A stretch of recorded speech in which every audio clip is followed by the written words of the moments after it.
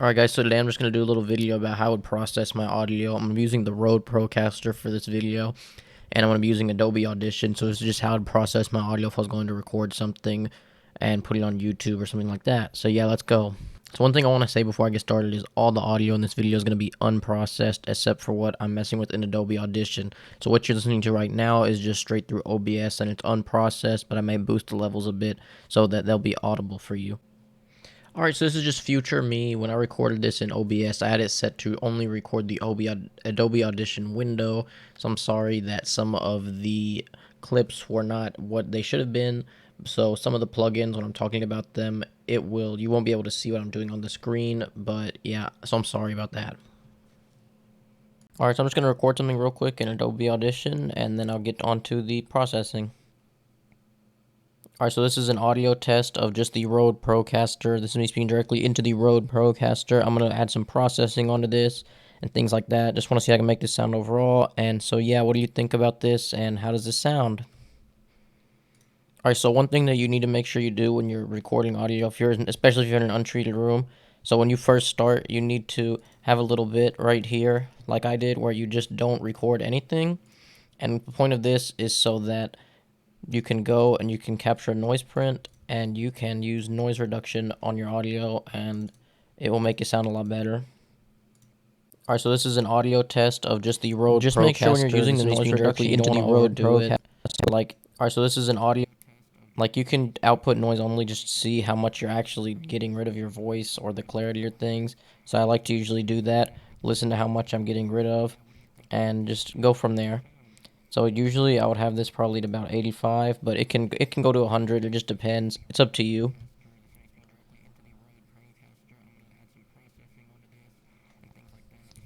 So usually I would not put this at 100, but it can go to 100 if you want. It's just up to you. It totally depends on what you're doing. That's the first thing I do, and then after you do that, you can just delete those. And then I use some iZotope plugins. So I use the mouth declick. It gets rid of those noises in your audio, like all those saliva and spit noises. This will get rid of all those. So what I usually do is I usually just use the default, and you can listen to how much it's getting rid of. You can add a little bit more, a little bit less. These are just sounds that you're not going to want in your audio and your listeners are not going to want to hear, and this plugin helps get rid of them. And then I like to get rid of the breath noises in my audio. So there's a there's a breath control plugin from iZotope, and that's what I use. And so I'll just use that, and I like to leave it a bit subtle. So it may not even take that many breaths out, but I just like to have it very subtle. And what this does is gets rid of those, like those type of sounds. It'll get rid of that out of your audio. The next thing I do is I use an EQ. So I usually just do an EQ of I'll cut things out. Like what I have up on the screen is usually what I do. So basically what I'm doing with this is, let me play this and you can listen to it and I'll show you what I'm doing. Alright, so this is an audio test of just the Rode Procaster. This is me speaking directly into the Rode Procaster. I'm going to add some processing onto this and things like that. Just want to see how I can make this sound overall. And so, yeah, what do you think about this and how does this sound? Alright, so this is an audio test of just the Rode Procaster. This is me speaking directly into the Rode Procaster. I'm going to add some processing onto this. So basically what I'm doing is there are some frequencies that I don't think sound good, and you can boost them a lot, and then whenever you find the frequencies that don't sound good with your audio, depends for your voice and microphone, and then you can just get rid of them. So I like to just cut them by 1 or 2 or 3 dB, just a little bit just to get rid of them. So that is what I do with this first EQ. Now, after I've done that, I've pretty much cut everything out of the audio that I don't want. So I've done the noise reduction, I've got rid of my mouth clicks, my breaths, and I've done an EQ to get rid of some of those nasty noises. So after I've done this, I usually go to a compressor, and that's the next thing that I'll do. And a lot of times when I'm doing stuff like this, I'll put the attack at 1 millisecond to have a quick attack. And then I'll usually put the release at about 100 to 150 milliseconds. And my ratio is usually 2 to 3. And so, yeah, that's what I do with that. So, yeah, let me just add this compression onto the audio chain. So after you've compressed and you've done all that, I like to go back and do another EQ. And with this EQ, we've already cut out all the audio that we don't want. So what I like to do is I like to boost it about 110, 110, 115 hertz. And what that does is it adds a little bit more of the bass frequencies back in my voice. And I like to also boost at about 8 to 10,000 hertz to add a bit more high end, a bit more clarity. I don't like boosting too high to add too much airiness, but I like to add a bit more clarity and just brighten up the sound a little bit overall. So yeah, this is about what I do. Let me just play with it a little bit, see what I would do for this audio. One thing you want to note when you're doing this is you don't want to overdo it, so usually only add by like 1 or 2 dB. Don't try and overdo it, like don't do this and just add a whole bunch like that. You're going to overdo it. So just make sure that you're adding to taste. It's supposed to be subtle, so that is something to keep note of. The final thing I like to do is after I've boosted the highs and the lows is I like to add a de-esser, and I like to add a de-esser because of the fact that I boosted around 8 to 10k, so that's going to highlight some of those S's, and most vocal chains should have a de-esser anyways.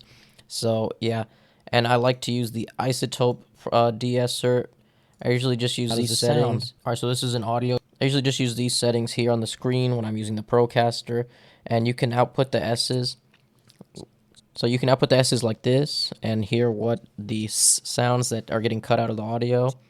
So that's what I usually like to do. Just make sure you're not overdoing this, because if you cut out too much with the de-esser, it will sound bad. Trust me, it'll sound pretty bad.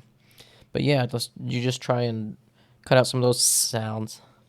And the final thing I like to do is I go over to the favorites bar in Adobe Audition and I normalize my audio to -3 just so it's louder and more audible. So that is something that I do last, just to normalize my audio. So yeah. So I'm gonna listen to this, and then I'm gonna listen to this before and after. I'll play that so you can hear what that sounds like, and then I'll run back through the vocal chain of what I did for my voice, and yeah.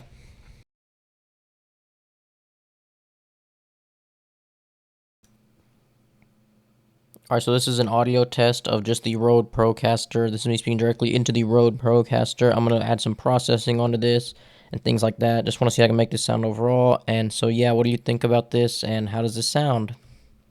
Alright, so this is an audio test of just the Rode Procaster. This is me speaking directly into the Rode Procaster. I'm going to add some processing onto this and things like that. Just want to see how I can make this sound overall. And so, yeah, what do you think about this and how does this sound? Alright, so I just want to run real quick right back through some of the vocal chain that I did and explain what I did and things like that. So I'm just going to be explaining right now what I did. So first off, I recorded, and you just leave a little slot at the beginning, like I said, so you can do the noise reduction.